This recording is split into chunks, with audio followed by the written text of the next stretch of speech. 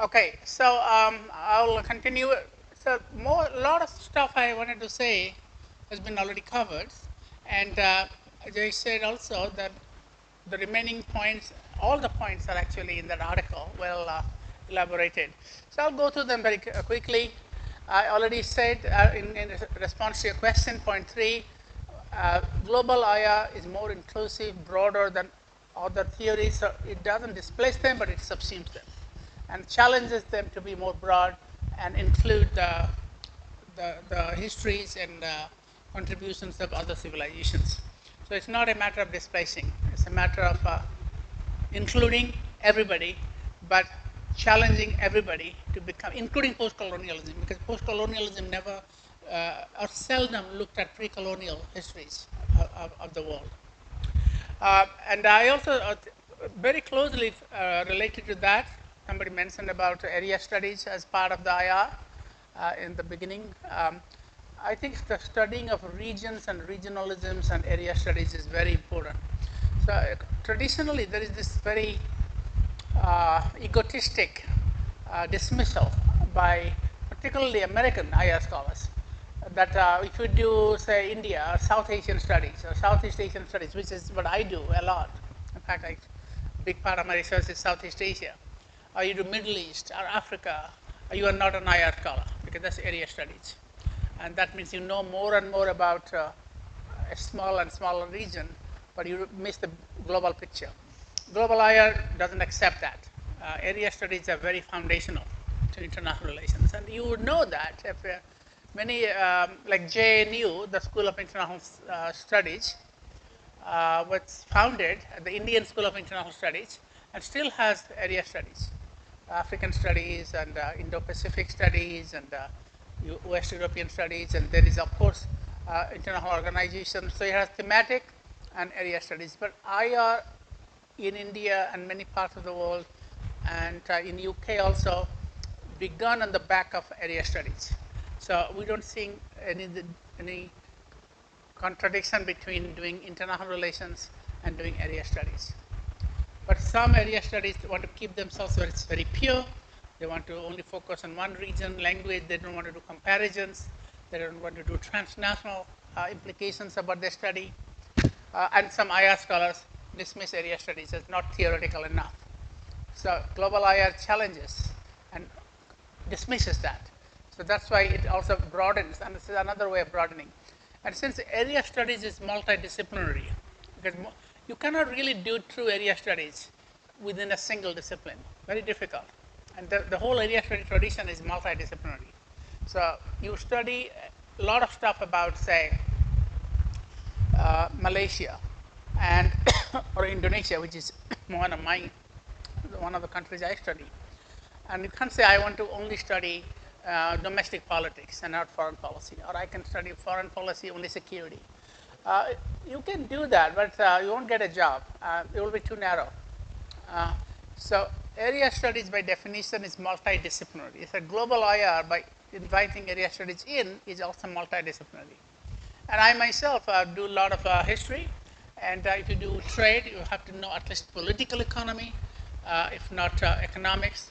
Pure economics is hard to do because they require knowledge of statistics, mathematics, and the like. But you can political economy you can do, and sociology, anthropology, all these things are very important to global IR. And I initially brought them in as in the area study tradition, but if I want to add a new element to it, to the 6, I would include interdisciplinary or multidisciplinary nature of global IR. Then the 5th point is very important, exceptionalism. This is where it comes up to this question of Chinese school, Indian school, or African school, and the like. So the term exceptionalism is often associated with the United States, American exceptionalism. The Chinese also think they are very unique and different from everybody else. Americans think they are unique and different from everybody else. Many great powers think like that, but nothing new, nothing sinister about it, done properly. The Greeks thought they are also different from, as I told you, from Europe, Africa, or Asia. And they said they're superior. Chinese are not the only one who think they're the superior people. Everybody thinks they're superior. I'm sure there are a lot of Indians who think they're superior culture to everybody else. So let's admit that. Egyptians actually started it. They thought they are the most superior culture to all the neighbors in Nubia, in Libya, and of course in Mesopotamia, and in the Levant, and the like. It goes with the, all civilizations. There won't be civilizations they're not autocentric. But that doesn't mean you should, as IR scholars, buy into it.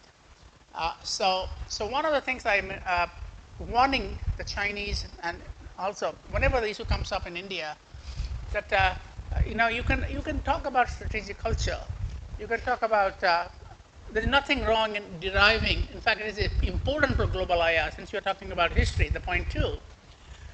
It's important for global IR scholars to get ideas and concepts from their own history. But if you just do that and think of yourself as totally unique, not only you are wrong, empirically wrong, because the similarities among cultures often outweigh differences, but you are also creating another form of exclusion, and you are marginalizing communities within your own state or across other countries and cultures. So the answer to Eurocentrism is not a Sinocentrism or a Indocentrism. But at the same time, you can. I am nothing against national schools, to answer your question.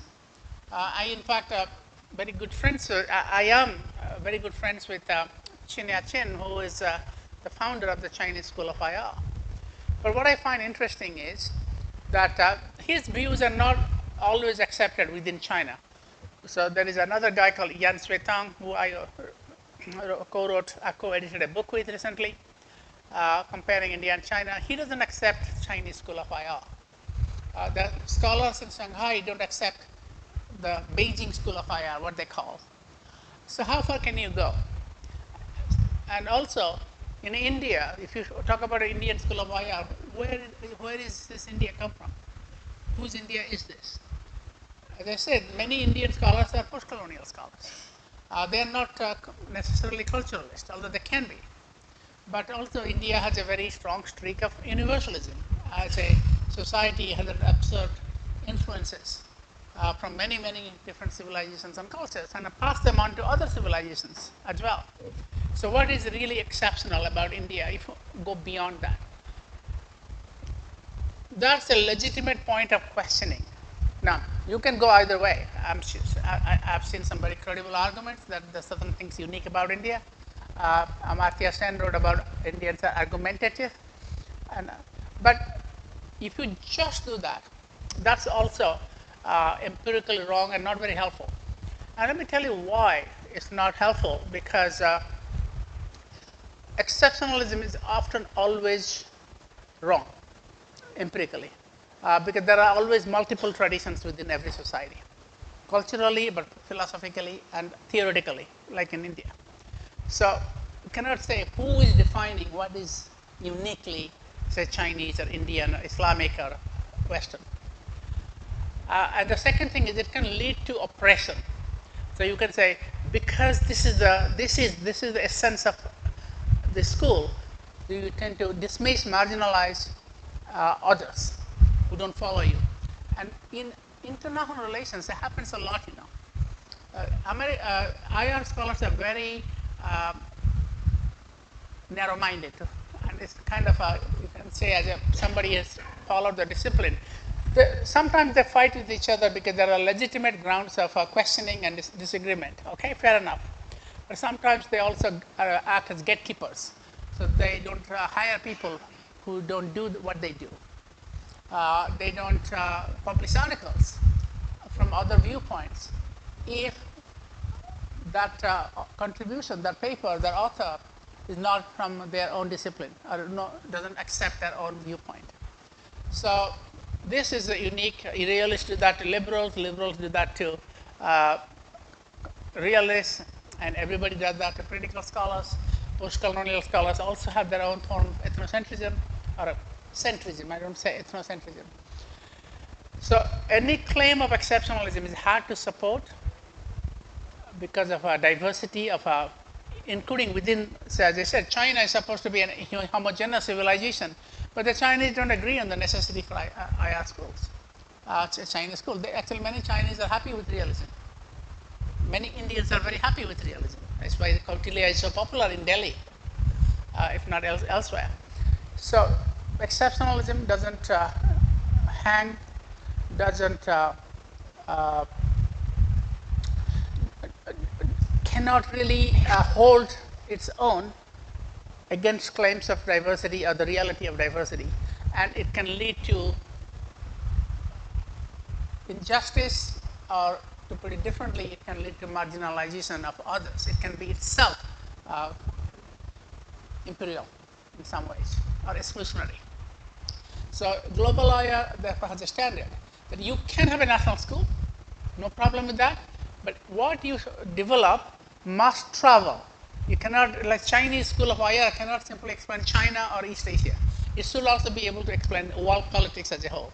You want to develop some ideas out of ancient India or Islam or Africa, it cannot simply explain Islam, Africa, or India. It should be able to have a universal validity. It must travel beyond the country or the school or the university or the person from whom it originated. So that's basically the point about not having exceptionalism. Not making a claim that everybody is unique and there's only one, or this school is better than others. Actually, the uniqueness claim is also very false because no society is totally unique. One of the things I found comparing all civilizations in the last 5,000 years, I found actually a lot more similarities than, there are differences, but we know the differences, okay? We know differences between West and the rest, or Africa and Asia, and the like. Class of civilizations thesis is born out of differences, or highlighting these differences. But I found that there's a lot more similarities than we know, or we acknowledge. And also these similarities are often constructed peacefully, mutual learning. But some of the similarities are endemic, are endogenous. They're already there. So that's why exceptionalism is not something global IR accepts. And finally, the agency. Agency is ability to contribute, create, develop, expand something. And in international relations, agency is the contribution of societies and states, people, leaders from all over the world in terms of constructing the norms, institutions, and structure of international relations. So multiple forms of agency means two things. One is that agency of not only just the Western countries or great powers, but non-Western countries or global south, whatever you call it, and also not so great powers, middle powers, small states, and the like, and communities, and the like.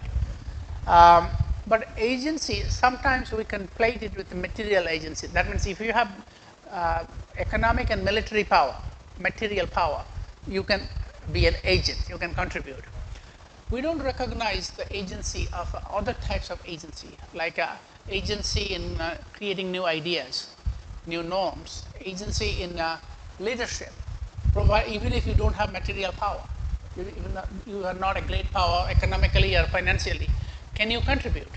Well, you can. And there are many, many examples I cover both in this book but in the previous book, multiple forms of agency. I have a book called Constructing Global Order, Agency and Change in World Politics. So one form of agency, resistance, disagreeing with something, is a form of agency. The whole idea of post-colonialism is based on resistance, anti-colonial struggles. So you don't dismiss. Just because they're anti-something doesn't mean they have no agency. No. That's a contribution to world order. Agency can be ideational, not material.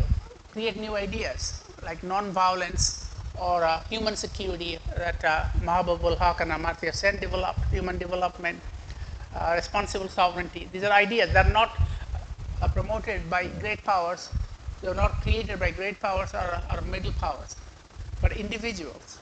And then they became part of a social movement, and also supported by international institutions like the UN. So ideational agency is important. Normative agency is important.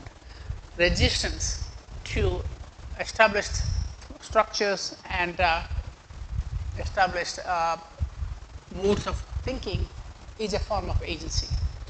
And agency also is not just creating something, but refining, developing, and adapting and localizing it. So if you broaden the idea of agency, you'll find that the global south, whatever, non-Western countries have made tremendous contribution. Because the non-Western countries are, until now, they're relatively poor, and only now some countries are moving up, emerging powers, China, India, and Indonesia, South Africa. You can talk about the BRICS, but they're a minority of countries, if not populations are huge, but countries in the world. What about Kenya? What about, say, Malaysia, a country also I study quite closely. So can they not contribute? Singapore. I mean, Singapore is a very rich country, but a small state. So they also sometimes, they don't sort of create alliances. They don't create international organizations in a big way, but they provide ideas. They provide, this is the good way to do this. So middle powers used to do that. Australia, Canada now, coming from the idea of middle powers is expanded. So there are many more sources of agency. So that's why to broaden and globalize IR, we should go beyond material agency, because if you do that, you are confined to the contribution of powerful states, including the great powers. And until now, all the great powers used to be Western. So you are keeping the discipline weight down. But if you recognize other forms of agency, you can say that the world is always global. International relations has always been global, because many of these ideas that we have today did not come from great powers. They come from individuals that are representing small states, colonial states under colonial rule, and also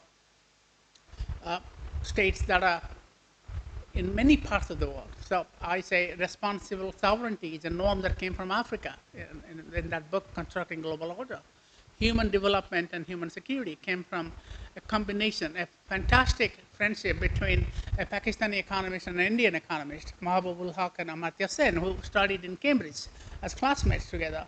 And kind of, Haq, of course, gets the credit for actually getting the idea of human development. But Sen did a lot of work in developing the index, and they worked very closely together. So, and they were not government, Mahabubul Haq was a government official for a while, but he didn't stay very long. Amartya Sen never really had a government position as an intellectual. And we find that also in similar ideas in many parts of the world, that non-officials, private individuals, social movements, anti-landmine campaign, a lot of human rights campaign come from either social movements, individuals. And if you bring that in, you'll find that the world order today has been created by many, many actors, and not just a handful of Western nations.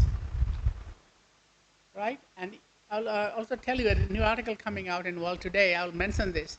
You know, the United Nations was created in the San Francisco Conference in 1945, right?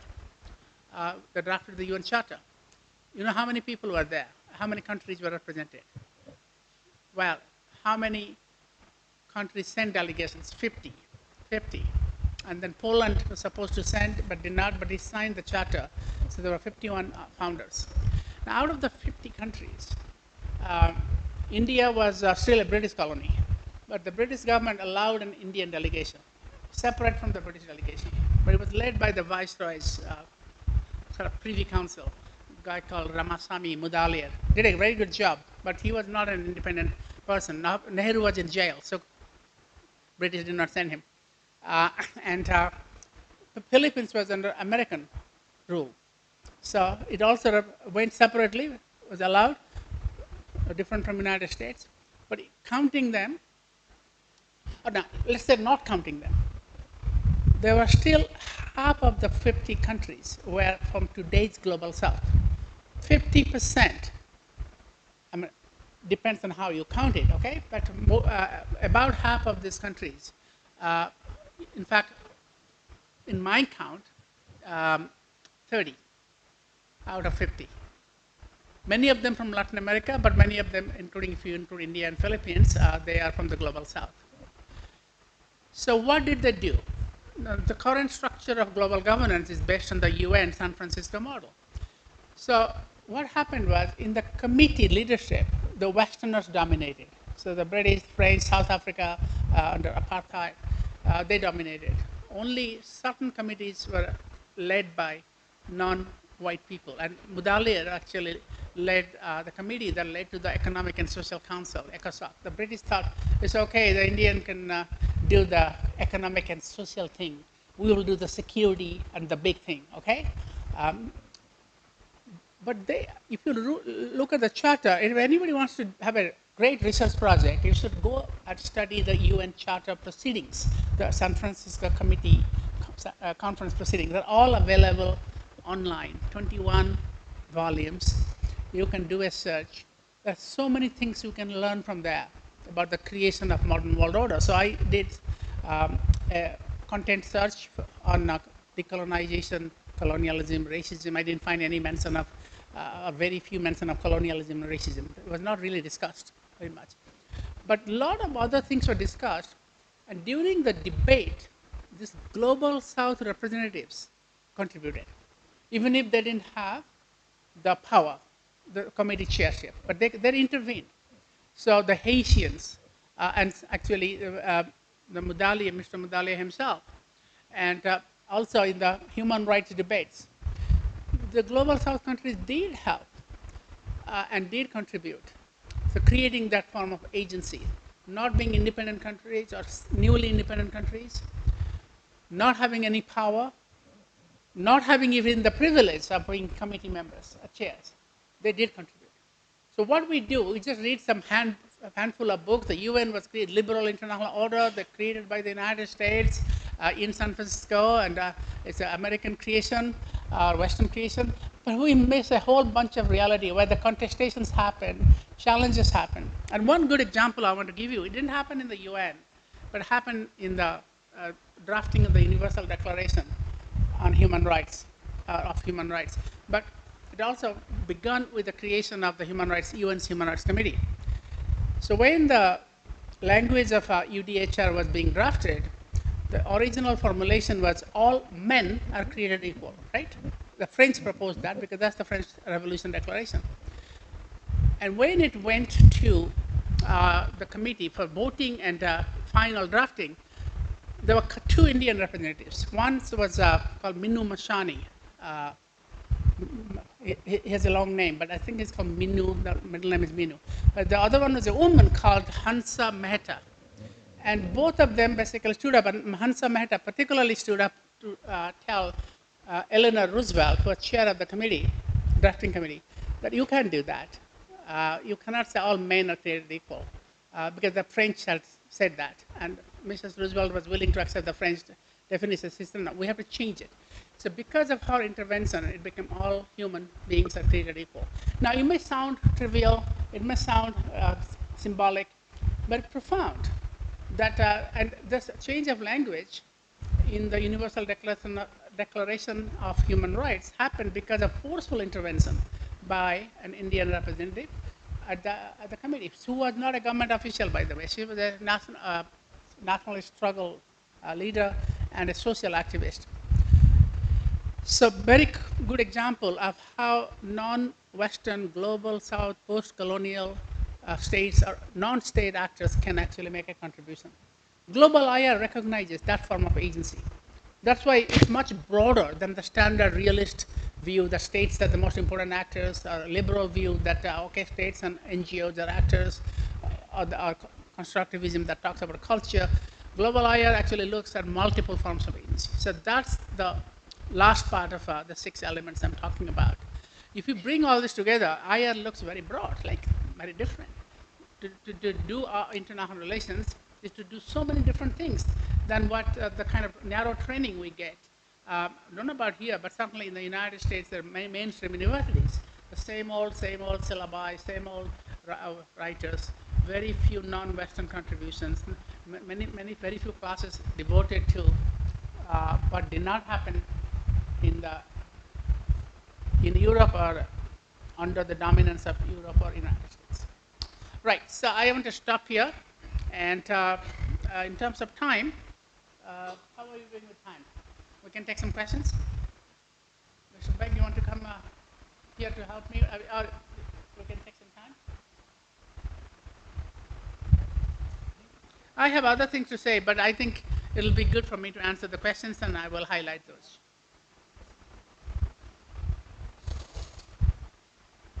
So let's have some questions. Yeah. Well, I think I answered the global, the National School of IR, right? But I'm good to have national schools. Training still not exposed, but not too much. They become narrow and exclusory, and they only explain what's happening in their own country. The common interest of a ground question. If I understand correctly, how do you build common ground when countries are looking after their common interest, after their own national interest? Well, we have had a lot of discussion and debate in the literature and relations where the idea of national interest comes out as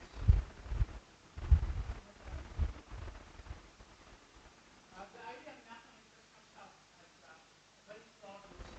But ignore this sort of narrow idea of national interest, in some ways doesn't exist. It's a very flawed concept to say relation. But that doesn't mean countries cannot be selfish and narrow and look after their own interest, first and foremost.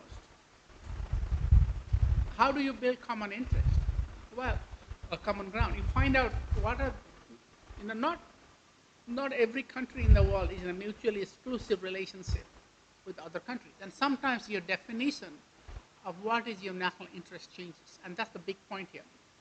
One of the big contributions of constructivism as a theory is to say that state identities and interests are socially constructed. They're not given. So you may start as a, I'm representing country A, and you're representing country B. This is my interest, and this is your interest. But as we enter into a relationship of socialization, you begin to understand each other more, and your interest changes. So what you consider as your national interest is not purely national. It also takes into account the interest of others. That's what diplomacy and negotiation is all about. Finding common ground through negotiations without giving up your own interest completely.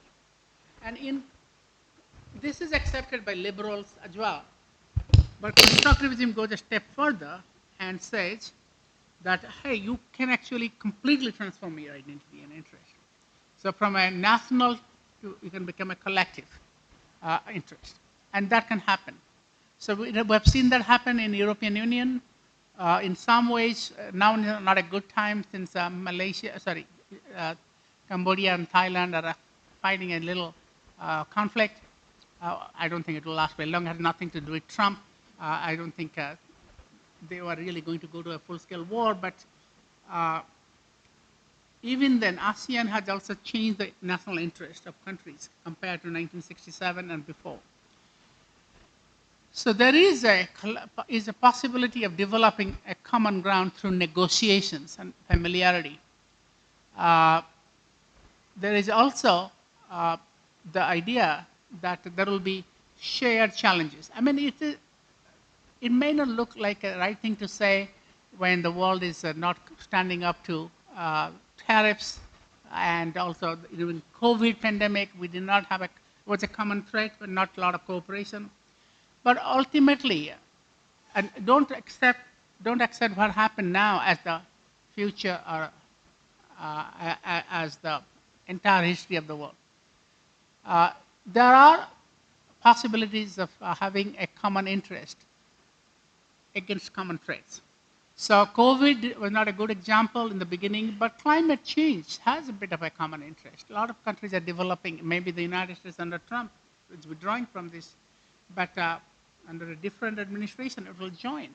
To develop a common interest because it's a common challenge. And you will find that the same thing. There's no perfect community in the world, like a paradise, a Kantian perpetual peace, nothing like that. But what the Indonesians call consensus, musawara and mufakat, is very, and that's not just purely Indonesian, it happens in every society. So what is a consensus? It's different from unanimity. A consensus is when a plurality of participants, countries or in the village culture, the village elders, agree on something to disagree. It's agreeing to disagree, or maybe it's just like what you call X minus 1. So 10 countries will agree, 2 countries or one country will disagree, but you go ahead with the project because majority have agreed. So consensus is not unanimity. And also when you feel that even if you don't like this idea or decision, you are not irreparably harmed if that goes ahead. Okay, I can go along. So going along. So most international organizations work by consensus. And there are exceptions when you have a very nationalistic, populist representative leader. So I don't want to have anything to do with this agreement.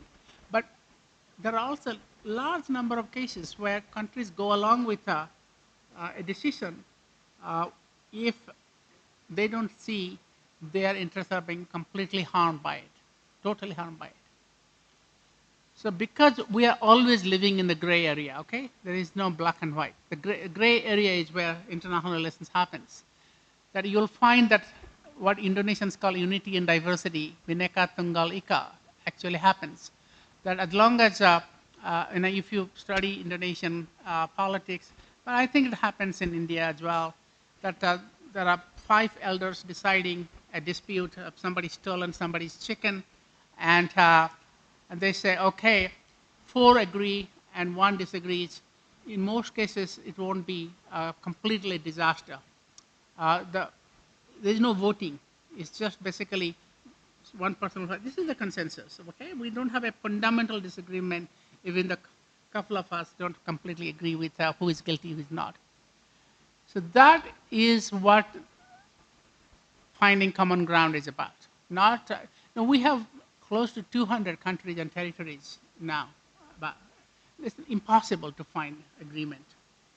But that doesn't mean we cannot have a general consensus. Sometimes the consensus can be through voting, but sometimes it's a general sense that defined by the chair. In the Southeast Asia, is the chair of the ASEAN that defines what a consensus is. So I think it's possible. World is not democratic, yes. Countries are not democratic. Democracy is backsliding in many countries in the world.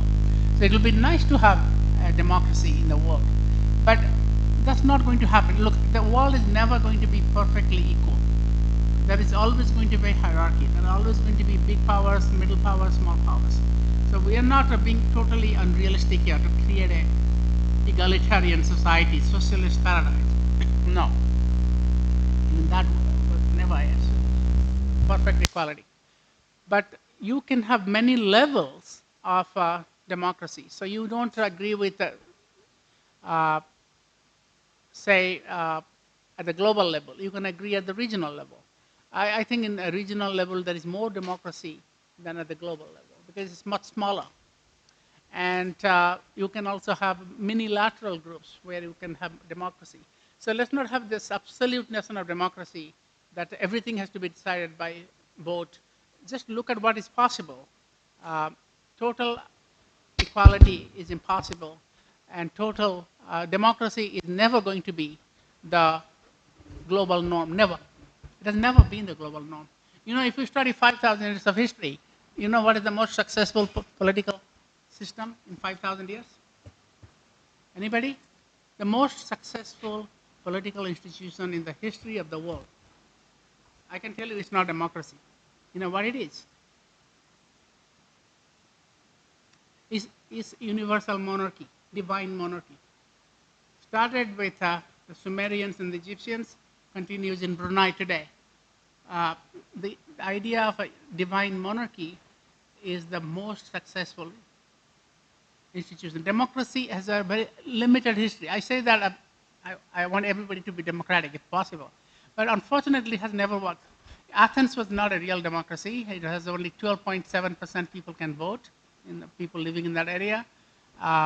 You have to do military service. You have to you have to be male, and cannot be a slave or a woman.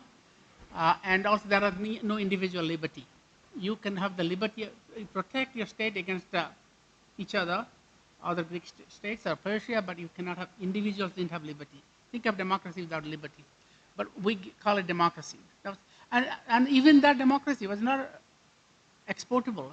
Athens was overtaken by the Greeks were overtaken by the Roman Empire, become part of an empire. So monarchy, republics were more important. Republic is not the same as a democracy. Morality.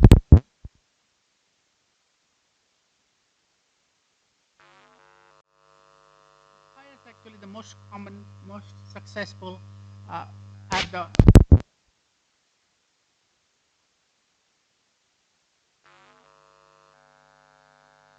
The history of the world doesn't tell you that everybody should become democratic.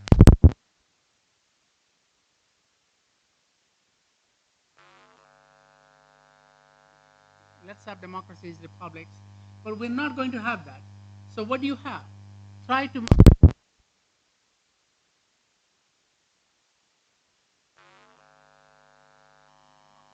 cooperate with democracies. That's the democratic peace theory talks about. Only democracies can do climate change or mitigate climate change. Only democracies are peaceful. There is no evidence whatsoever, except for the last 250 years. The democratic peace theory was built on ignoring colonial wars. So the whole theory is flawed. It's something I mentioned in my article.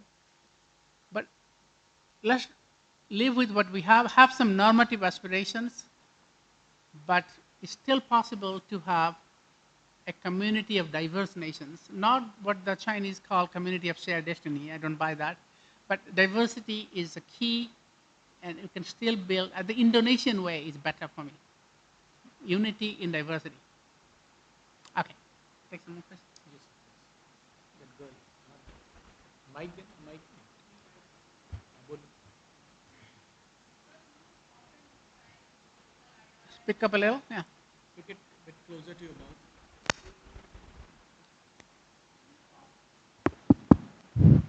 You often describe global IR as a framework or research agenda rather than a conventional theory. So, my question is do you think global IR will evolve into a full fledged theory with explanatory and predictive power? Or it is strength precisely in being a meta framework that challenges and complements existing IR theories? Okay, I get the point. I will take some questions and I'll answer that. Uh, will global IR ever develop into a theory, predictive capability? That's a good question. Or is it just a research agenda? Okay.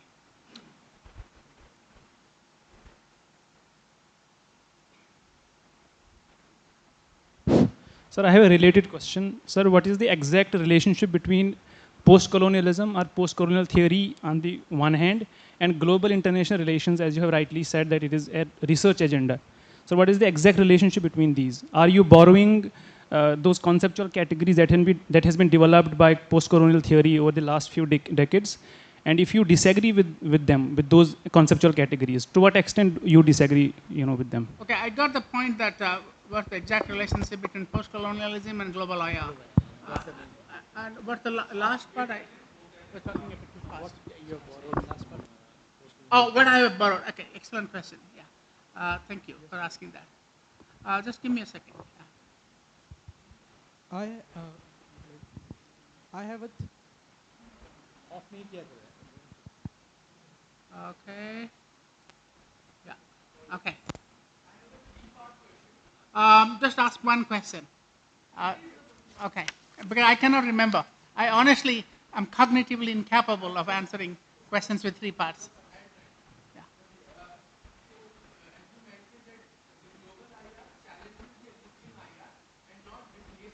Yeah.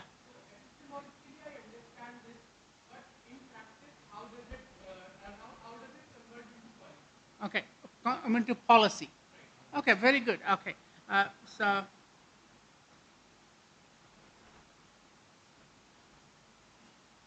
okay. Policy. And so,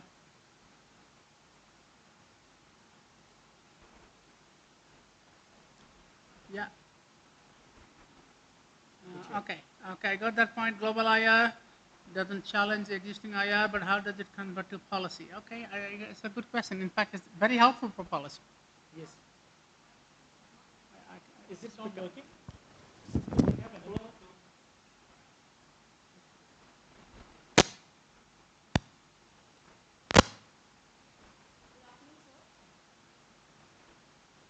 हाँ बोलिए बोलिए चलिए बोलिए हाँ yes, आप बोलिए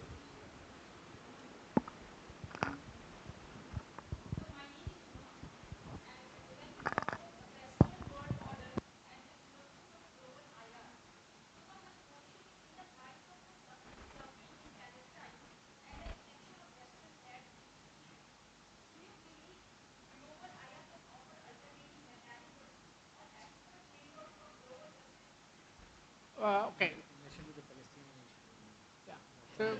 Yeah. So can global IR offer mechanisms for Of redressal of that issue. global justice? Yeah. Okay. So I I I heard you loud and clear, but that term justice, you should just emphasize that. That's a very good point. That's a very good point. Uh, so global IR and global justice. Some of you are young people compared to me, so I will say always same advice I gave to my son, emphasize your key point front and center. If you do a TV interview, you get 1 minute to have your point. So you cannot just go around beating around the bush. Just say, I want to ask about global justice. What's the relationship between global justice? It's a fantastic question because that's really what global IR is trying to grapple with. And I would love to answer that question. Okay. Okay, so we have about 4 questions, so we can take some more. What's the time now? We still have some time. We have some time now. Well, Yeah. Sir, as Global IR calls for integrating the marginalized voice from other regions, so do these marginalized voices, their ideas, their concerns, do they really have the potential of getting integrated into the mainstream IR? My second question is, in your book, The Making of Global International Relations, while discussing the idea of scientific racism, you therein label... Scientific racism? Yes, sir. Scientific racism. And you therein label Mr. Woodrow Wilson as an extremely racist person. So can you give us some instances in his life which prove him to be So who is extremely racist? Woodrow Wilson. He's saying that you wrote in your book that he is extremely racist. So, You mean Kant? no, Woodrow Wilson. Oh, Woodrow Wilson, okay. Yes, sir. So why do you call him extremely racist? Can you provide Oh, okay, yeah. Well, that will take a while, yeah. Okay, I will answer, yeah. So, okay, I think it's important to recognize and justify what we say. Okay. Okay. Can I just answer one of those questions? The first point, yeah, let me pick up the question I think is very important out of the many questions in relation to what I'm talking about today. I mean, all of your questions are fantastic, but I'm being selective so that we can give everybody a chance to ask questions and me be able to answer the questions.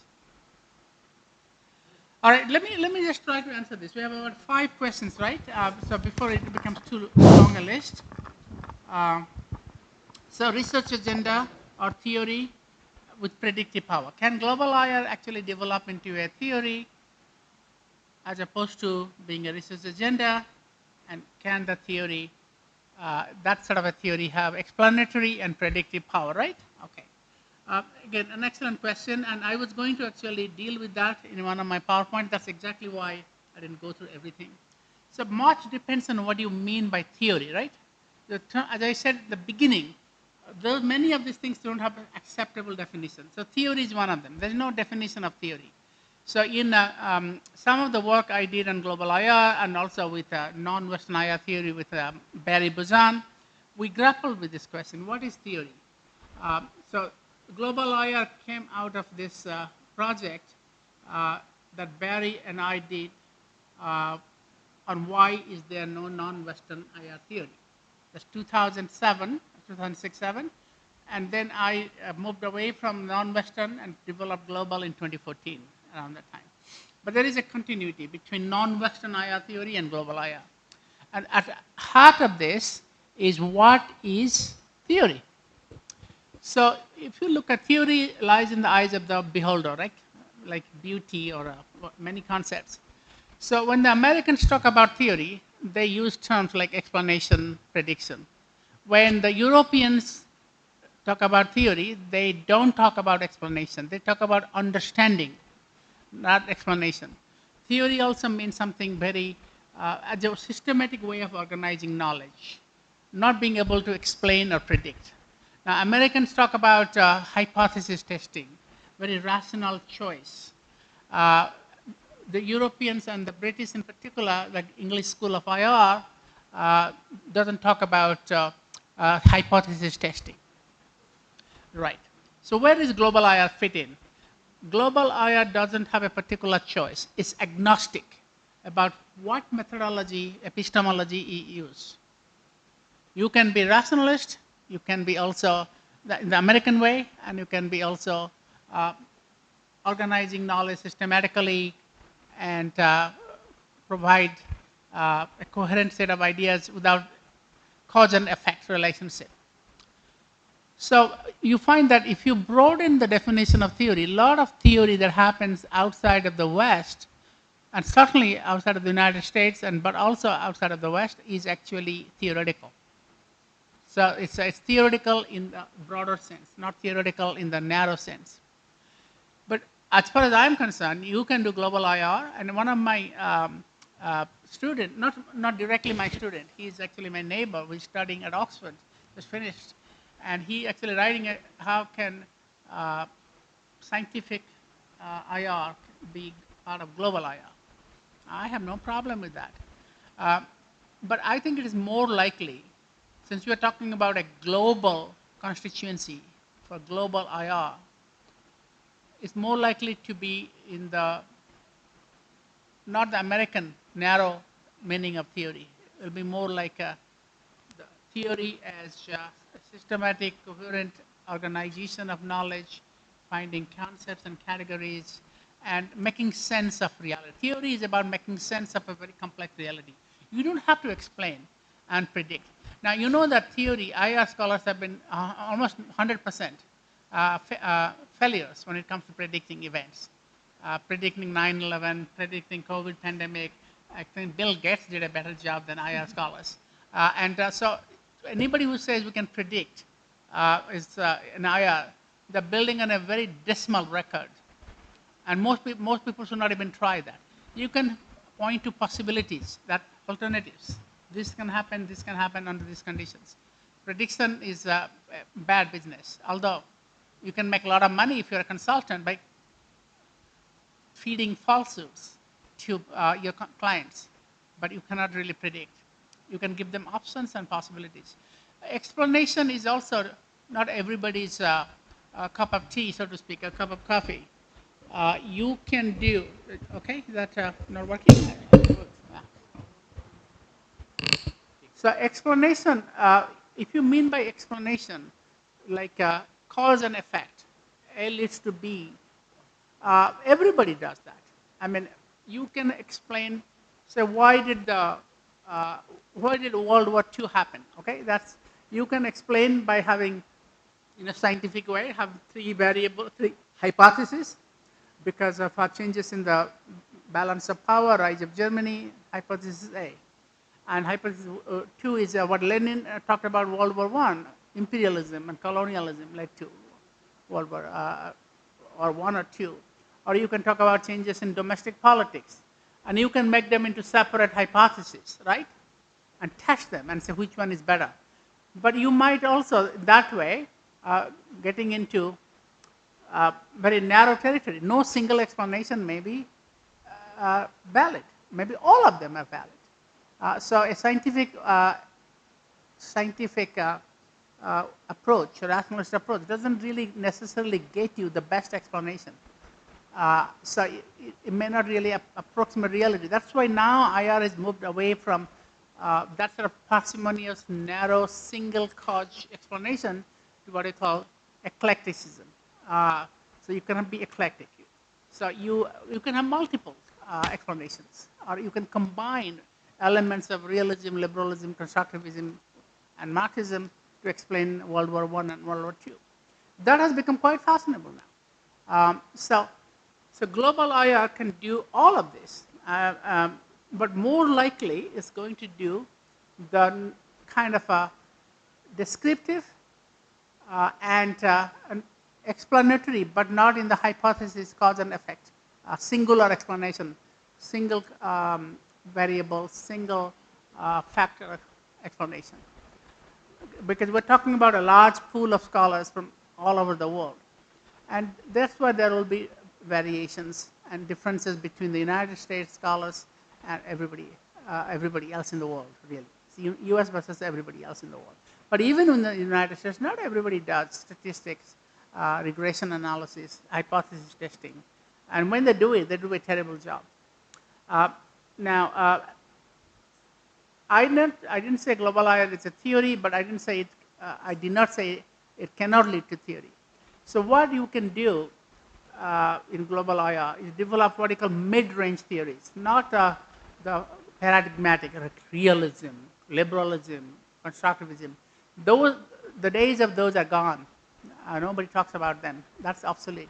But the days of what you call mid-range theory, like in foreign policy analysis, I have done one localization, non-localization theory. That's mid-range, explaining certain part of international relations, not the entire international relations. Not saying the world goes around power or a balance of power.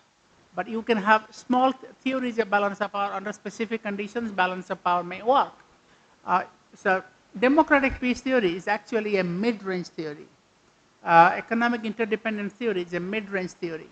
Middle range means only able to explain a certain part of the world at a certain period of time, but it cannot be just 1 year or 2 years, an appreciable length of time. And I have a theory. So I have a theory that often associated with my name, localization, norm localization. And it's a middle range theory. It's very successful. I mean, we have hundreds and hundreds of dissertations written around it, but it's not a grand theory. So global, and while I developed this theory in 2004, 10 years before global IR, looking backwards, I thought this is actually what global IR should do. So I actually talk about the global IR research agenda, norm localization, that countries or states or actors do not adopt, but adapt norms. They never really get a foreign norm or idea wholesale. They always contextualize, localize it, taking into account what the consumers actually want, rather than what the providers want. So there are many theories you can do. You can talk about different types of world order, which based on not one place, one country, but multiple places through comparison, but still doesn't explain world politics as a whole. So I think you should read up on what is called a mid-range theory, and you'll see global IR can provide that. But research agenda for sure. Global IR is helping many scholars in the global south to actually, they feel empowered by it. Because before they were excluded, they didn't feel they belonged. In fact, like when I started IR theory, I didn't think I belonged. There's nothing about my history, culture, identity is in there. So now scholars from Africa, Latin America, Asia, they feel they can relate to it. Even if they don't 100% agree with global IR, they say, okay, it helps us to actually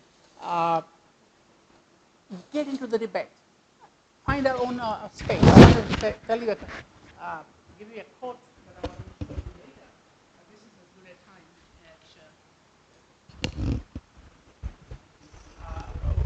what this article talks about. So just take a look. Beverly, and I know Beverly very well. She worked with me in Singapore, and now she's moved to, I think, Sussex, Exeter, or ANU, and her colleague. This is what Global IR does. It critiques reproduction of Western-centric knowledge, creating greater consciousness about Western privilege, historical specificity, and non-Western agency, facilitated the growth of non-Western centric theorizing, accelerating the diversification of discipline, greater interrogation of context and complexity. Context and complexity. Now, this article is available. If you want, I can send it to you, and you can pass it around. And this is not a total acceptance of Global IR, but this is what Global IR does. And you find that a lot of scholars from Africa, Latin America are using Global Asia to get into the debate. And they may not always accept it. There are a lot of disagreement, but that's what academia is about, right? You start with something and you disagree and you build on it. But at least it allows them to get into it. It empowers them. That's my main point about Global IR.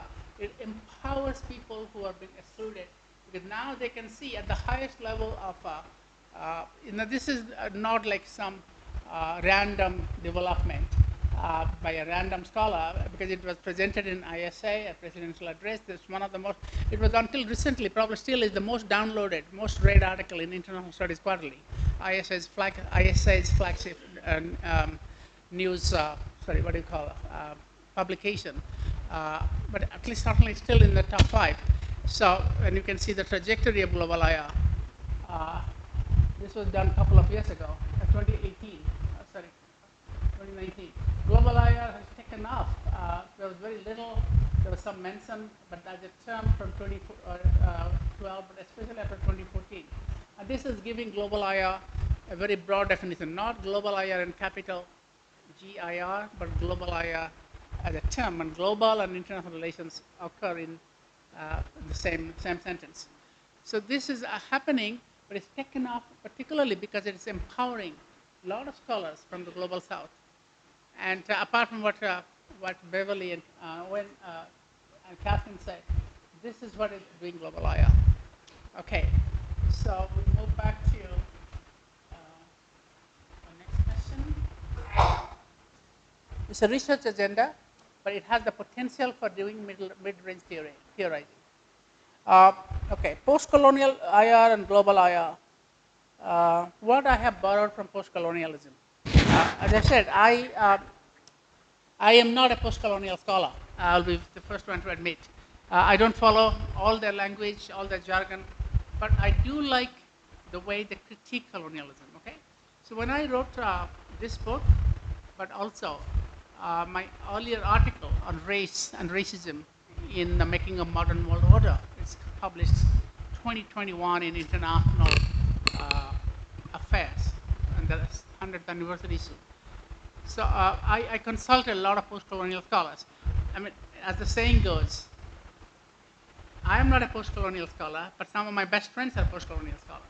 So Siva, the current ISA president, Randy Prasad, and of course, there are many others I talk to. I talk to them. I find their ideas very, very interesting. The critique of colonialism interesting. They pointed to me literature and ideas on race and racism. Couldn't have done this without their help.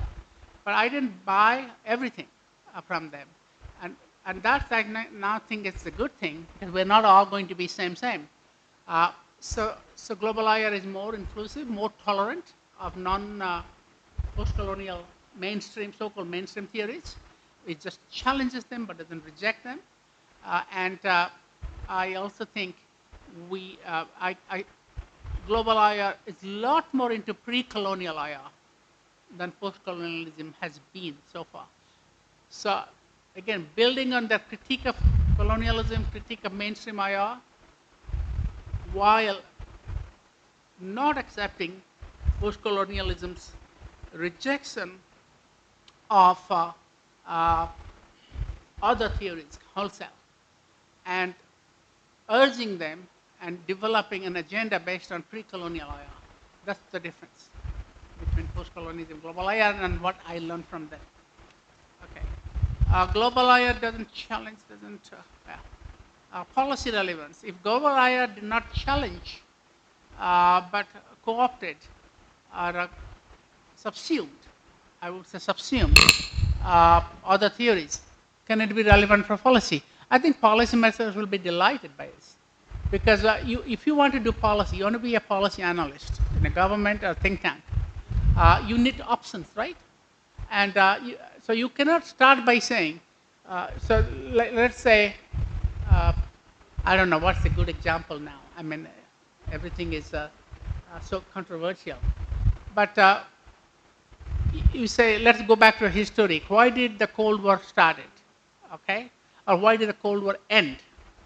So you want to write a memo. Let's say you are a policy analyst in 1988, 89, or 1991. So you want to give multiple explanations. Policymakers would like to have multiple explanations before they make a decision, depending on what level of policy you are. If policymakers or leaders are only fed by one idea, one explanation, they're in big trouble. This is what sycophantic staffers do. They want to tell policymakers what they want to hear, as opposed to giving them multiple explanations, choices, and then suggesting maybe this is more credible. And then a good policymaker should always listen to multiple sort of memos and multiple agencies, multiple analysts, and before making up her or his mind. So if you have global IR, doesn't dismissing realism, liberalism, constructivism, post-colonialism, and you develop each of these into frameworks for your policy analysis to understand why certain things happen, like the Cold War ended, whether it's America's military buildup, whether it's Russia not being a democracy, Soviet Union not being a democracy, whether not having, because of economic reasons, because of ideas of Gorbachev those days, or you want to give them all this and say, I think it was basically the Soviet Union's failure to participate in global trade effectively. Well, let the policy, the maker, decides on this.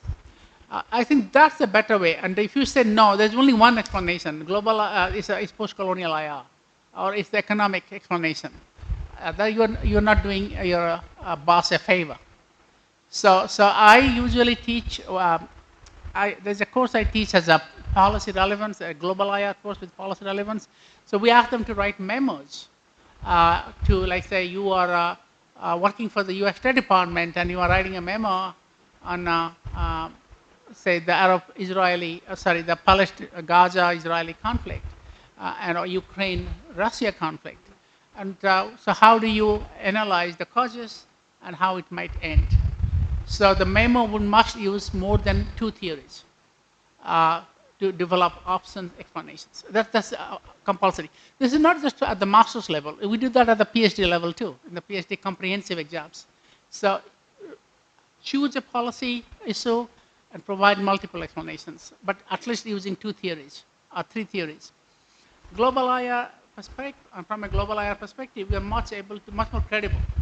You can be a realist and find another explanation, but if you're doing that from day one, you're already biased in favor of the realist explanation.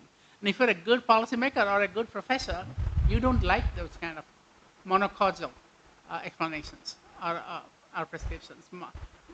Sort of single, well, it's always give them kind of a final analysis that this is more likely. That's okay. But don't say this is the only possibility. So when you write an article in International Relations Journal, you always have to consider alternative explanations. Now remember, this is not very common in a global South or India, but to get published in a journal, like you can read my article in an international organization, you have to provide an alternative explanation. Why my explanation is right and others are wrong. But you have to recognize what the others are. And global IR helps you to do that much better, much more independently than if you are already biased in favor of a single theory. So it's good for policy. Global IR is very good for policy analysis. And global justice. I think the whole idea of global IR, first of all, epistemic justice, okay, as opposed to practical justice. I mean, they're related.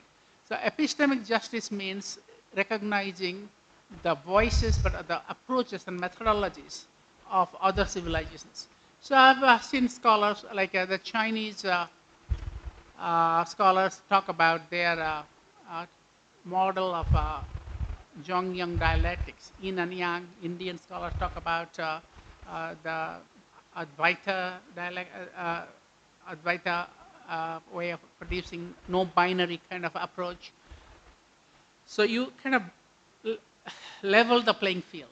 That's a form of justice. And that also helps countries to have justice in the real world, because you can acknowledge that you can respect the contributions of others. One of the biggest problems we have today is basically that the Westerners don't recognize the achievements and contributions of other civilizations. And this is not just Westerners, meaning Western leaders. I mean, many of them are ignorant anyway. Most leaders don't know much about what's happening in the world, okay? So this is not just Westerners. But they become leaders, not become, very few leaders are like Manmohan Singh, who is a PhD from Cambridge. Most leaders are not like that, and that's fair enough, nothing wrong with that.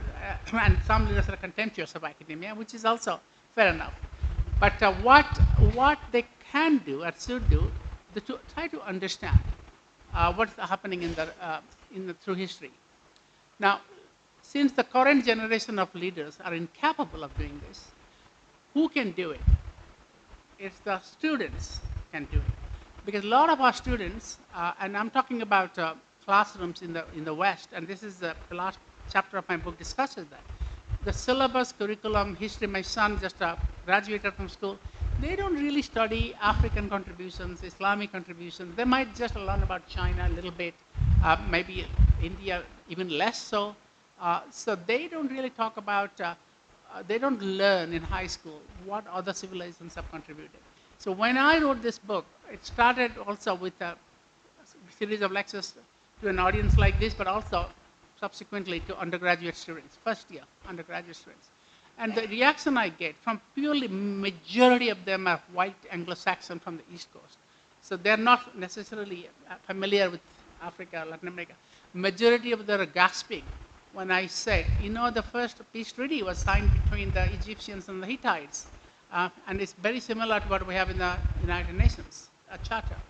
Or when I tell them that there were principles of just war, not attacking civilians, not using chemical poisonous weapons, not harming a soldier that has been injured or dismounted, defeated, actually is a part of Mahabharata, Indian culture. It's enshrined in the Code of Manu, in even Kautilya, so-called realist. And word by word, I have this New York Times article. You read my New York Times article? It's mentioned, the Code of Manu, the just war principle.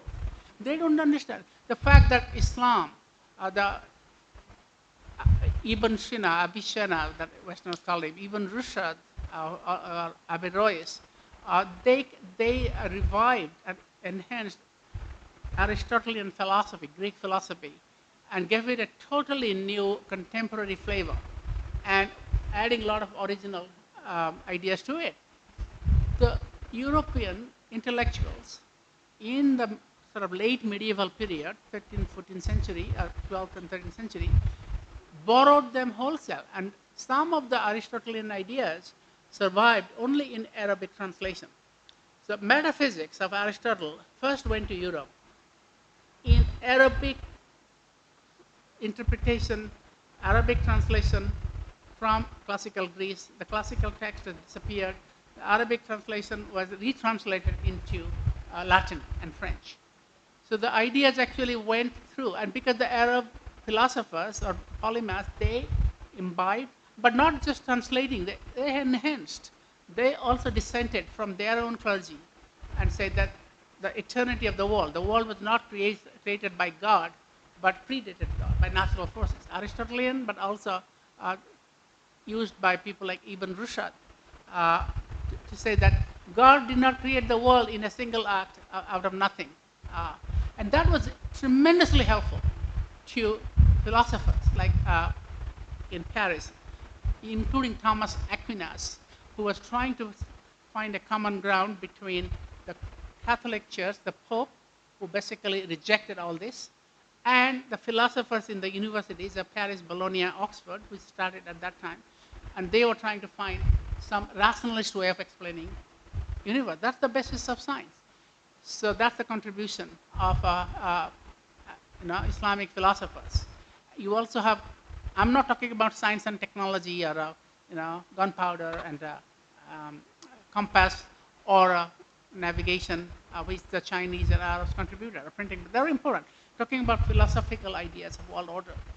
So these are the things that students do not know. And when you tell them, they get floored. Really, really, really? And they want to know more. And that's when you can address the ignorance. That's the basis of prejudice. And when civilizations develop this knowledge, they will have mutual respect. You can't say this, you are primitive and I'm superior. You are not. And my book is kind of a little slanted. Some people have pointed this out. Some Europeans said, you didn't say anything good about Europe. Well, I said, do I need to? I mean, we all know what Europeans did, and we are full of those narratives. And, but I think it's about time that somebody also talked up the non-Western societies. And I'm talking about in a general sense. That's the kind of criticism I'm getting. That's the kind of appreciation I'm getting. So I think this idea of global justice comes from creating a level playing field, developing mutual respect, having empathy and knowledge of each other, and then you can develop. But there are some ideas of justice here, right from other civilizations. So there is a section on Manden Charter, Guru Kanfuga from Mali, talks about how to treat slaves, do not ill-treat them, talks about not appropriating property illegally. The chief of the clan cannot take property away unless it is sold or unless it is acquired through inheritance. Similar word by word from Magna Carta. So that's justice.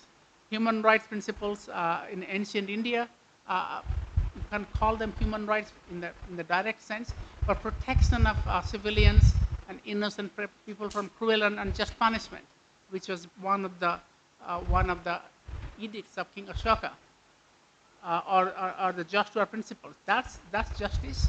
Economic justice, human security, and human development are ideas of economic justice, very prominent in my idea of global IR. So development is not about GDP, but about enhancing capability. That's giving justice. Climate justice, a lot of climate justice can come from learning from the American Indians, for example, how they managed the forests. There is this criticism that they used to do burning of forests, but that's a way of preserving the forest. Because if you don't burn, as the saying goes, controlled burning of forest is always 100 times better than uncontrolled burning. So if you don't selectively burn forests to create space between large amounts of territory, everything will be destroyed. The Native Americans have learned that, as did the Australian Aborigines. And they maintained their forest and ecological system much more in a sustainable way. This idea of sustainable development can be traced to them. That's climate justice in some ways. Small contributions, local contributions to preserve the environment instead of doing everything from the top with the UN treaty that sort of does everything. So even if the UN treaty fails and Trump withdraws from Paris Agreement, if you have climate justice at the global level, you have to learn from indigenous knowledge. Because in India also, you can find indigenous knowledge. When Caliph Abu Bakr conquered, I think it was, I forget, one of the, I think, Syrian capital, or he told his soldiers, it's in my book, that do not destroy trees. Do whatever you do not destroy trees, especially fruit-bearing trees. That's climate justice. So why can't we use this kind of knowledge? And instead of saying, oh, only the UN can do this, climate treaty can do this. So to me, I actually went to the Paris Forum a couple of years ago to talk about climate justice using this book. And I gave these examples. So you have a lot of things you can do about justice, human rights, humanitarian intervention, just war, from this global approach to IR. All right, and Woodrow Wilson, a racist, well, the Princeton University changed the name of the Woodrow Wilson School of Public and International Affairs. because it was so evident. There was no question of finding any proof. The proof was already there. But there are a couple of things that you can think about Woodrow Wilson. First of all, he rejected the racial equality principle at the Versailles Conference in 1999 after World War I. People say he did it to mollify, get an agreement, the Australians and the South Africans. But those are very racist governments at that time. So he was condoning racism, placating his pro-Western allies. That's a form of racism too. But he also revived segregation in the civil service, and he also, people say that people have worked with him. He's both British officials who worked with his staff. They think he had very racist views and principles. So we have multiple examples of Wilson's racism. And now it is so clear that the Woodrow Wilson School of Public and International Affairs had to change its name. I don't think it's just for political correctness. That Trump might want to revive it, but I don't think he can. I mean, he can threaten them, but I think that's a done deal. All right, that's the other answers I have. Right. Hello, sir. Thank you for giving me a time. I am Abid Haider, postgraduate student in the department. Sir, as you mentioned in your 6 dimensions of global IR, first point is your pluralistic universalism, and last point is your recognition of many non-actors, political actors. Sir, so my question is basically from the area of West Asia, which is a very oldest civilizational area in the world, and many areas, and it is included in the cradle of civilizations also. And we are saying right now that this area is highly in the conflict. So my question here is, how can we see the global IR meaningfully include the groups that is non-hegemonic or groups, which are claiming their history of occupation and resistance history, like Hezbollah, Houthis, and many other groups which are operating in that area. So how this global IR theory recognize that political actors in the theorization process, or as well as a morally responsibility of the scholars in this particular area in the context of global south? You're talking about bad political actors. I mean, Huh? like, what was the term you used for, like, Hezbollah non-state actors or Anti-hegemonic, which are claiming by their scholars, which terrorists? are particularly from that particular areas. Non-hegemonic actors. Anti-hegemonic actors, anti-hegemonic actors, Anti-hegemonic actors. which was highly, University of Tehran professor used this word latestly in the foreign policy magazine. Okay, okay, yeah. Let's take other question. बोले आप लोग जल्दी बोलने students को teacher आप बोलिए बोलिए Sure. So, how global IR and post colonialism are trying to challenge the capitalist world order? And, uh, and if we see Eurocentrism is not a problem of IR discipline, but it is a problem of practitioners, then how global IR as a practitioners are trying to break that barrier of Eurocentrism? Eurocentrism. Okay. And any other question? That's it. आप ऐसे बोल give the mic जल्दी बोल speak up Sir, my question is just a query, because yesterday Professor Rajan from JNU, he identified yourself as a constructivist. So as I see by your delivering your lecture, I don't think you are just a constructivist. Are you a constructivist, or we define yourself as a constructivist, or because you borrow all the theories and you critically you accept all the theories? So you are a constructivist or not? Or you are a mixed of all the theories? Okay. Quick one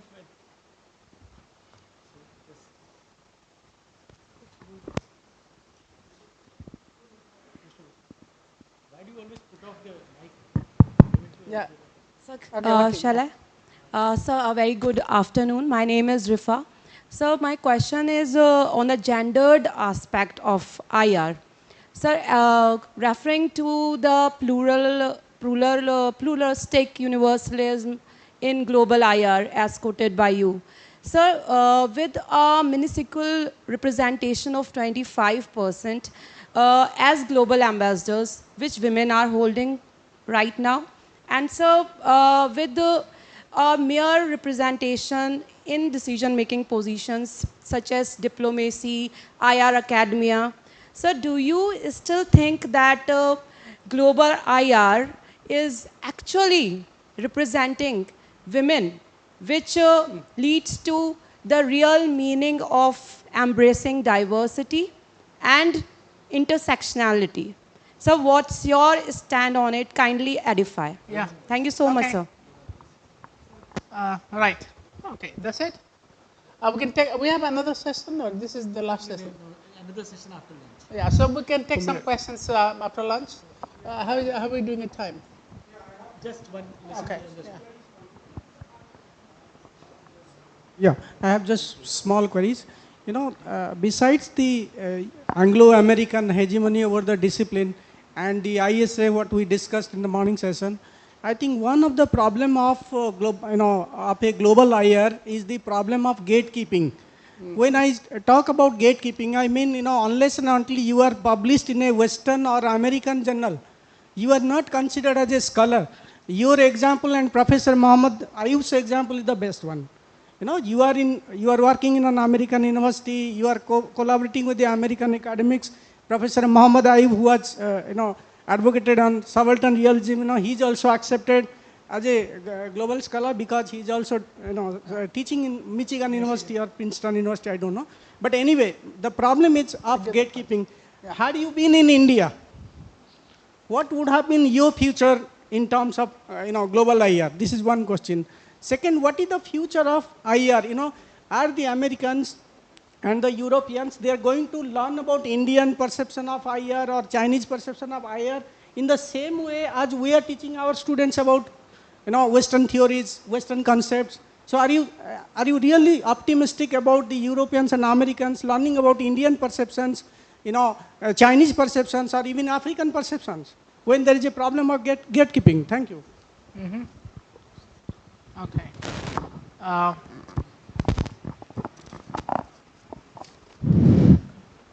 So may I? Just a moment. Yeah. I have to write it down. So.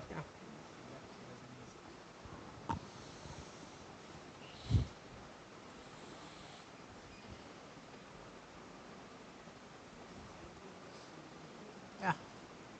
Yeah. More question? Yes.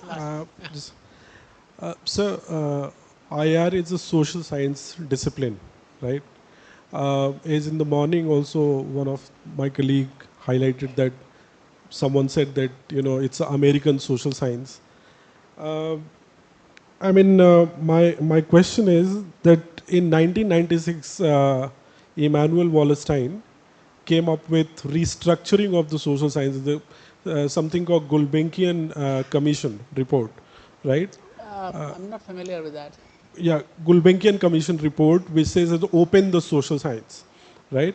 And much of the disciplinary overhauling that lastly, I mean, for one decade, what we are actually witnessing in the social sciences is that much of, say, indigeneity and other kind of questions are popping up into mainly localized kind of knowledge, like Indian knowledge system, so on and so forth, is happening, right? So what my taking cue from the other kind of questions just previously is in 2007 you said non-Western IR theory, then you changed it to global IR, right? If we see similar kind of things, what is happening in, say, discipline of political theory, right? Do we also attach certain kind of prefix with political theory? Because what Indians are doing political theory is not accepted into the Western domain. So do we need to attach this prefix called global political theory, global political thought, or say, various other disciplines also need to be questioned, because mainly all the social sciences which is emerging, modern social sciences is basically emerging from Europe or West, right? So do we need to overhaul those disciplines as well, like international relations? Yeah. All right, that's it. I can't take any more questions at this point. You can hold your questions to the last session. Let me just try, because I want to do justice to the people who asked the questions so far. Global IR, West Asia, okay? How about anti-hegemony? Anti-hegemony is not a new term, by the way. I mean, the people have talked about post-hegemony, anti-hegemony, and in West Asia, political actors challenging the global hegemony of certain ideas, certain powers, is actually, I think, generally conducive, but depends on what means they use. Okay, so I am a scholar, and I want to do this at the epistemic level. I'm not an activist, so I cannot be an activist. I'm not a policy analyst. I am not a. I've never worked for any government, so this. I think my contribution to global justice and creating a what I call a post-hegemonic world is through this.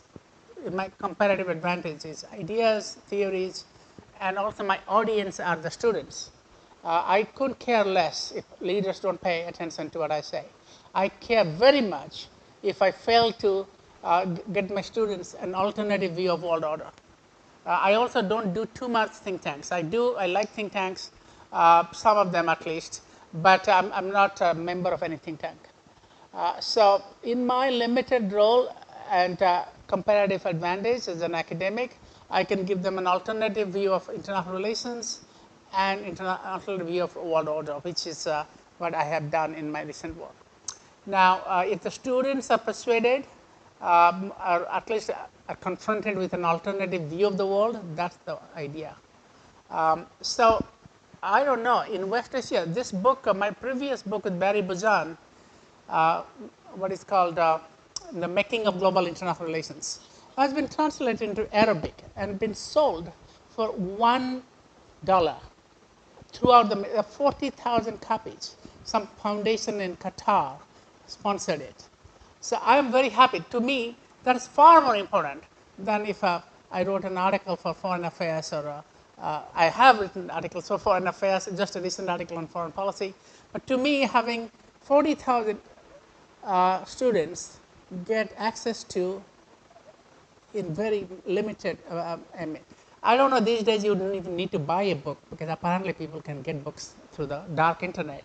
But this is legitimately available books. Turkey, Indonesia, I'm very happy with that. And let's hope that the new generation going through a different type of knowledge will overcome both the hegemonic knowledge from the West, but also some of the totally rejectionist view of the world, which doesn't leave, as I said, universalism means you can actually have space. I have also argued that the class of civilization is a historical fallacy. Most of the evidence in history, the civilizations learn from each other more than they fight, and most of the time they learn peacefully. So those sort of alternative ideas, and maybe not totally alternative, but not so familiar, visible, will actually have an impact on the generation of scholars, and maybe filter into activists. But look, many activists will dismiss me too. I mean, but I can't deal with that. I don't have to. Feminism and global IR, actually that's a very good question. One of the other kind of literature that influenced me, apart from post-colonialism, is actually intersectionality and feminism. I was very lucky to be at a university in Canada, professor for 11 years, where I taught courses on introduction to international relations with a very leading feminist scholar in Canada and in the world, Sandy Whitworth. And she taught me a lot about appreciation of feminism. And then later on, my colleague Randy Prasad at American University, who actually was a graduate of York, taught me about intersectionality.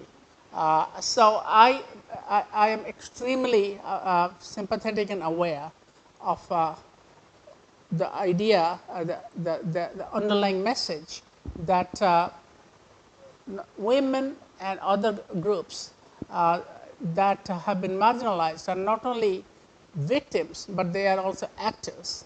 And taking them into account in the making of a theory or order, world order, is absolutely important. I also wrote an article, the Foreign Affairs, you can think of as a very mainstream journal, but they did ask me to write an article, look at how ending discrimination again on the basis of race, caste, religious identity, and gender could actually make a country more powerful. And that is very relevant to what Trump is trying to do. So I think your point is well taken. And gatekeeping, well, gatekeeping comes in many forms.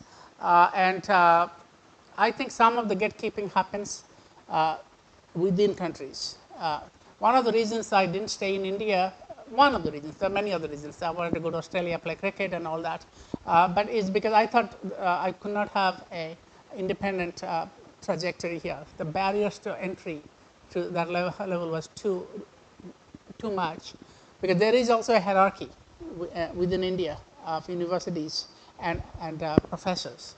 But certainly a lot of gatekeeping happens in the West on the basis of language, publishing in journals, as you say.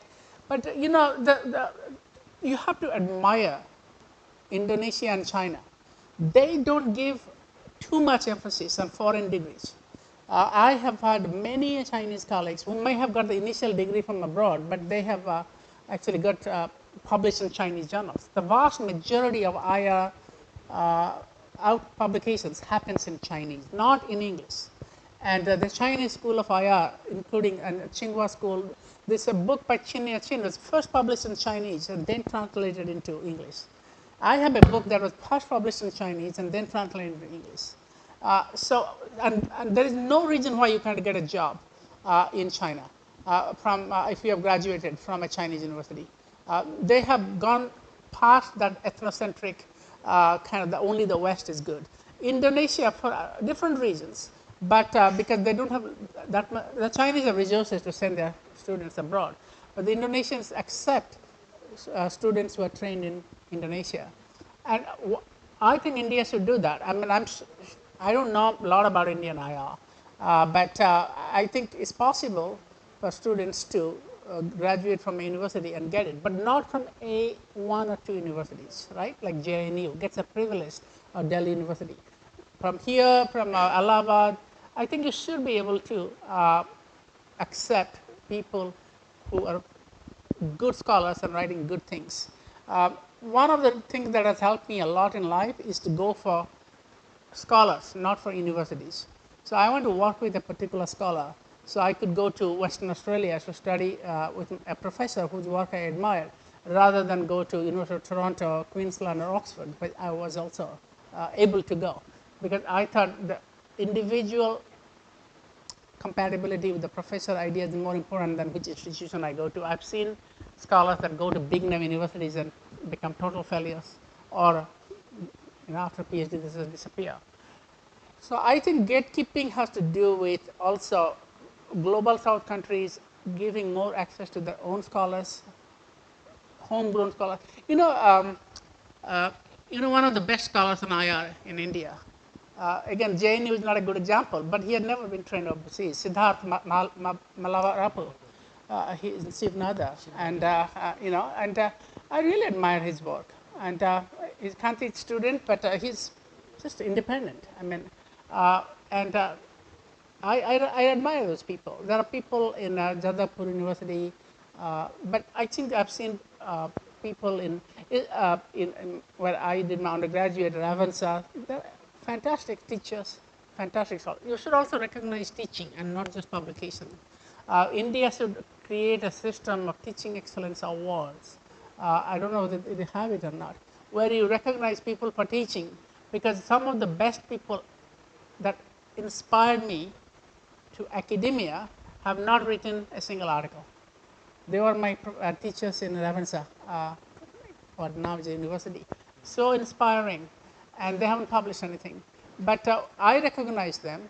But now, yeah, as you said, everything is based on publication, and that's wrong, right? And I think in countries like this, India or Indonesia, you should. In the West, we do get recognition for teaching, by the way. In my university, teaching actually counts more than research. I mean, especially to get promoted to beyond the associate professor level, because we are 95% dependent on student tuition. So teaching counts in a lot of universities for tenure and promotion after the first hire. And American University is the number one, or top 10 in the world now in undergraduate and masters, and 2019th and PhD. Is a good example of people don't give much, two hoots about which university you come from. Harvard, Oxford, doesn't matter. You can come from, actually there is a JNU graduate who has been hired as an assistant, not tenure track, but he happens to be an American, married to an Indian, but nobody cares about this. As long as you have a good teaching trajectory and good experience, we also allow professors of practice who have experience rather than publications. So if you do that in a variety of ways, you can overcome. But I agree with you that the barriers are to global IR. There is a slide in my PowerPoint. I was talking about what are the barriers to global IR, and this is one barrier. Language barrier is important, and the fact that global Western scholars don't acknowledge, footnote, global South scholars. The post-colonial scholars have said everything that John Mearsheimer has to say about global, the liberal order. The criticism. I wrote a book about the the end of American World Order 2014. There's no acknowledgement, even to me, even though I gave him a copy of my book, because they don't care. I mean, they want to be totally creative. So that's another form of gatekeeping. So you should always self-consciously acknowledge wherever you can find literature and ideas from global South scholars. And moving on to the last,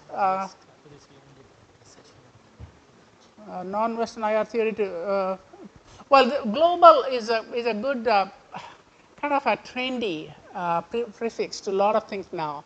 Actually, when I thought about global IR from non-Western IR, the main reason was unnecessary false distraction. People say there's no West and non-West. We say that from day one, from introduction. These are terms of convenience, but people think it's a cheap shot. It's like you can the low-hanging fruit. The first thing you would say, non-Western IR theory. There's no West versus non-West. Even if you have said that, that's not what I mean hundreds of times. Okay, so I didn't want to get the whole essence of this conversation to be distracted. But even now, some people say, oh, it's essentialist. But they don't really want to read, and they want to have their own say by saying West versus non-West is something where global IR does. It says very clearly that the purpose of global IR to transcend West versus the rest. The last paragraph of this book says that we want to get rid of the West versus the rest also. Both are artificial construct. The West has not been West without rest. The rest won't be. They're mutually constituted. The whole idea is very modern, very artificial, and very divisive. It sort of detracts from the main issue, which is the circulation and mutual shared creation of world order. So that's why we changed in 2014. I got tired of this, but we can't escape it, because that's what academics do. They like to repeat the same criticism despite knowing the better. But political theory has global political theory. Global history, of course, is there. Global philosophy, global area studies. Oxford has started a program on global and area studies. I actually helped to launch it a few years ago and taught there. And global and area studies, OSCA, Oxford School of Global and Area Studies. So sometimes, not always, it's good to be part of a trend or create a trend. And now this is about selling. And part of this is about advertising and selling. You can have the best ideas, but if you cannot get it across to a wide audience, then you're not doing it right. So I was the president of ISA, first one from Global South. I wanted to be also a salesperson, okay, not just an academic. And I thought global will look better. than non-Western. I don't want to go back to the same debates all over again. And I'm not only taking part of a broader trend in social sciences, but creating a trend in IR. So thank you for your questions. Thank you, friends. Now we break for lunch and we'll be back here at